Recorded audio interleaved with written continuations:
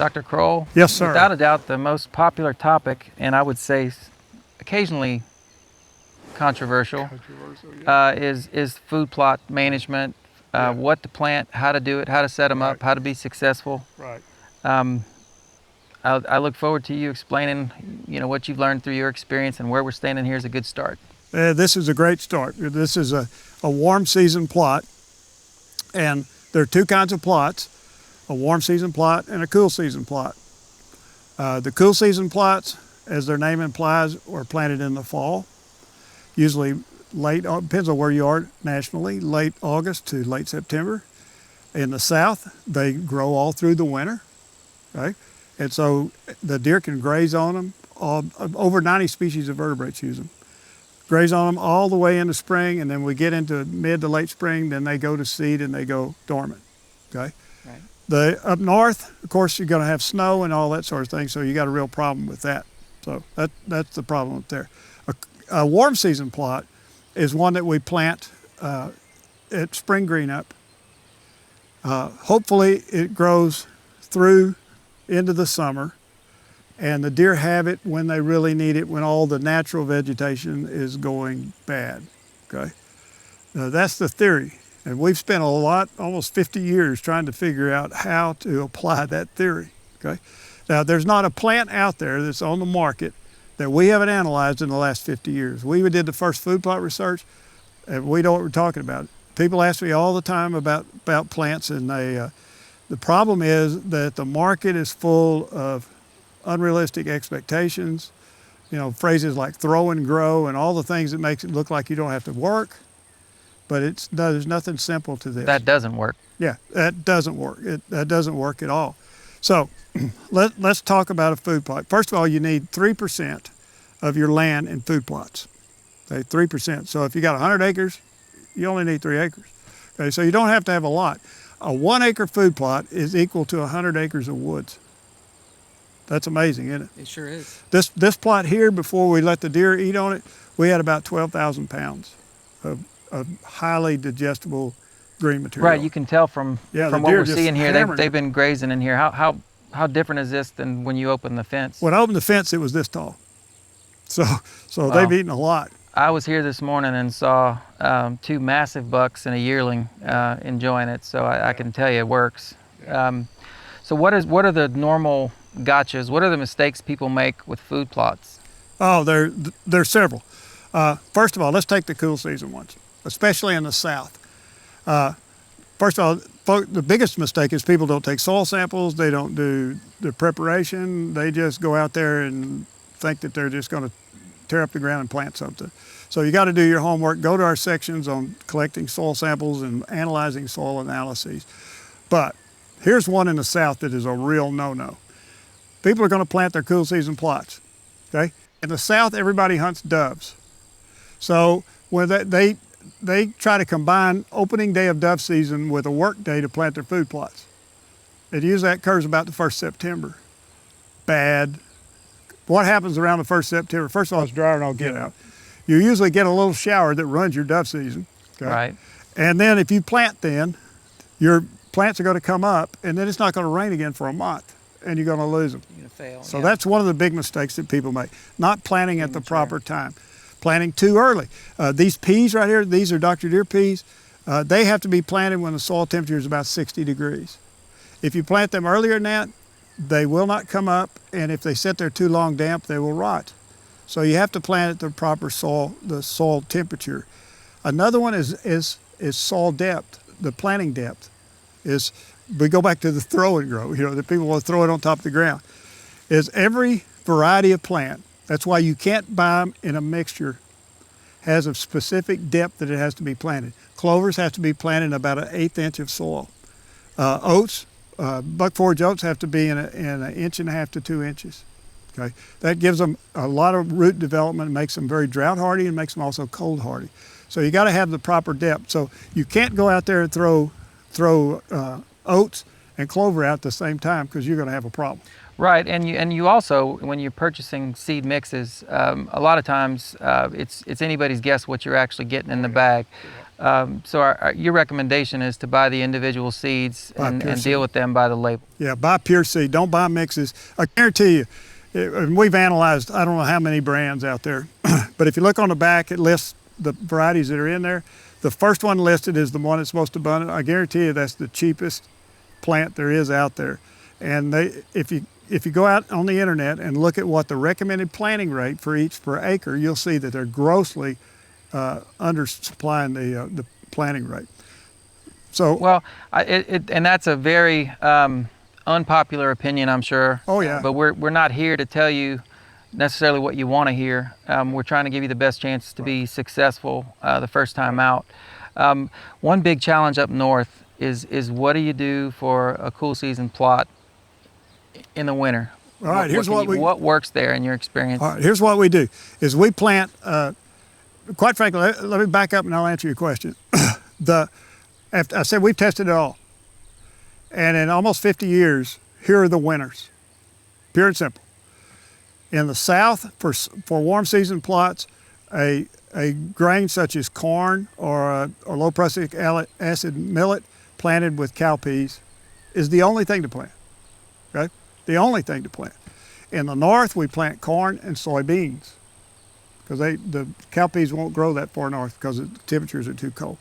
When it comes to cool season, the cereal grains, oats and wheat are the only ones to consider.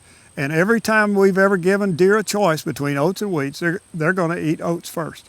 It has more water and alcohol-soluble carbohydrates in it, okay? So you're going to plant one of those two cereal grains. Then it comes to clovers. And there are all kinds of clovers out there, but they're generally red clovers and white clovers, okay? White clovers are generally perennial. Red clovers are generally not perennial, okay? People would like to plant the white clovers. The white clovers do well on low sites where they have moist soils. Bottoms. Yes, they will grow 12 months out of the year, but as soon as it gets hot, white clover folds up its tent and goes home. So you really can't rely on them as much as people think. We grow a lot of red clovers throughout most of the United States all the way into Canada. Red clover is a good one. Now, I'm not talking about crimson clover. The crimson clover is a short life plant. We don't recommend that.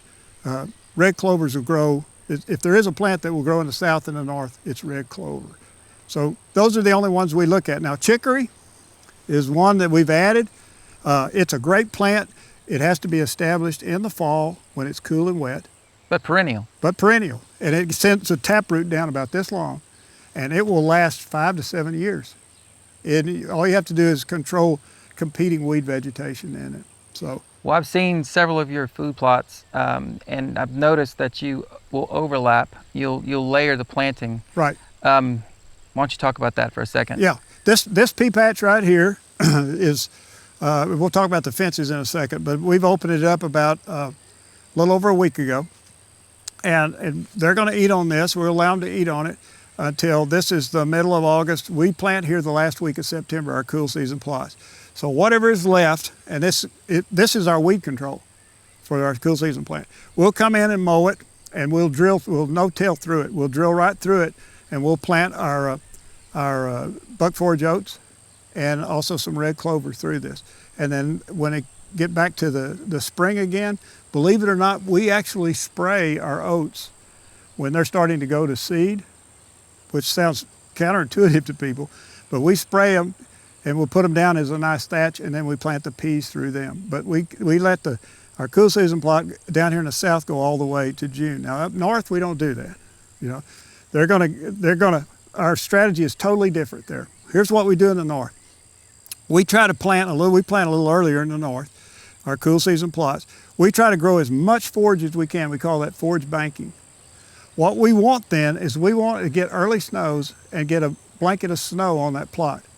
If you get a blanket of snow, even though it gets down to sub-zero, you can dig down through that snow, which the deer do, and there's green vegetation under there. That's our forage bank. So that's our strategy in the North. Well, I know you've conducted extensive research on food plots for many decades, but we're going to continue that at Wild Tree and kind of expand it. We've got some research areas down in the Houston, Texas area, and you're going to continue with the products and research that you've been conducting. Everything that's coming out that's new and trendy and hot, we tend to try it out. Folks, something comes out and they promise you it's going to grow big antlers and cure prickly heat and acne, be careful. Just plant a small little plot and see how it does. But don't worry, wait a little while, we'll have it all tested. Now let's talk about regulation of foraging on these plots. These plots that we plant, like these peas, are so good, so delicious to the deer that if we let the deer have them, when we first started planting them, there weren't many deer. So we could grow pea plots and then it wasn't a problem. As deer populations grew all across the country, that little pea would come up, put on 2 cotyledons, and the deer comes and clip, and it's finished. So you wasted your money. If you can't control access to your plots, then don't plant these things, okay? Now we started in the late 70s with electric fencing for deer, and we've come up with a beautiful system with just 3 wires based on deer vision. Deer have 2150 vision and they're nearsighted. I can attest to that. It's a very effective solution. Very effective. Cost effective very cost effective, about $1 a foot. Right. Also working with the Trident Corporation, we've got these deer buster fences. They're polypropylene. They're also about $1 a foot. And you can put them up and take them down. You take care of your stuff. I've got some electric fence energizers I bought in 1978, but I take care of my equipment. And so what we do is we put gates on these, and a gate doesn't have to be a fancy gate. It's just a part of the fence that we can take down. And when the plot, like I said, this plot here was this tall a little over a week ago, okay? We opened up, you got to open a gate on each end of the plot. Yep. If you don't, you're going to have a wreck, folks. They need an exit. Because you're going to drive up on it to make sure the deer are eating the plot. They see you, they're going to hit that wire back there. I don't care if it's electric or whatever, tear a giant hole and maybe hurt themselves. So we have a gate back there, we have a gate over here. Then about now, which is probably what I'm going to do after we film this, we're probably going to close the gates. And we get 1 rain on this, and you'll be amazed, in 10 days it'll be this tall. So we're really getting the most out of our plots when we do that. And this is a great strategy for minimizing overall expense for providing the nutrition for your wildlife on the property, as opposed to just using supplemental protein and corn. Yep. And one final comment that some landowners don't want me to say, but people who are trying to manage deer get frustrated because the average deer hunter sees a deer for 3 seconds, deer, buck, boom. And somebody's trying to get some age on their deer, and they let a buck walk, it jumps their fence, neighbor, boom, okay? If you can grow these plots, and especially when they're mixed with corn, and then just before bow season, you keep one in reserve and you open it up, you own the deer. The deer are going to stay on your land. So you're not going to be very popular with the neighbors, but the deer will stay on your land there. So that's a good strategy. That's the competition. We're not trying to be popular. No, that's right. Not during hunting season. No, sir. Well, this has been very informative. I'm learning a lot. I hope the viewers have enjoyed this segment. Y'all continue to tune into our educational videos, and we'll be back in touch with you soon. We'll see you next time.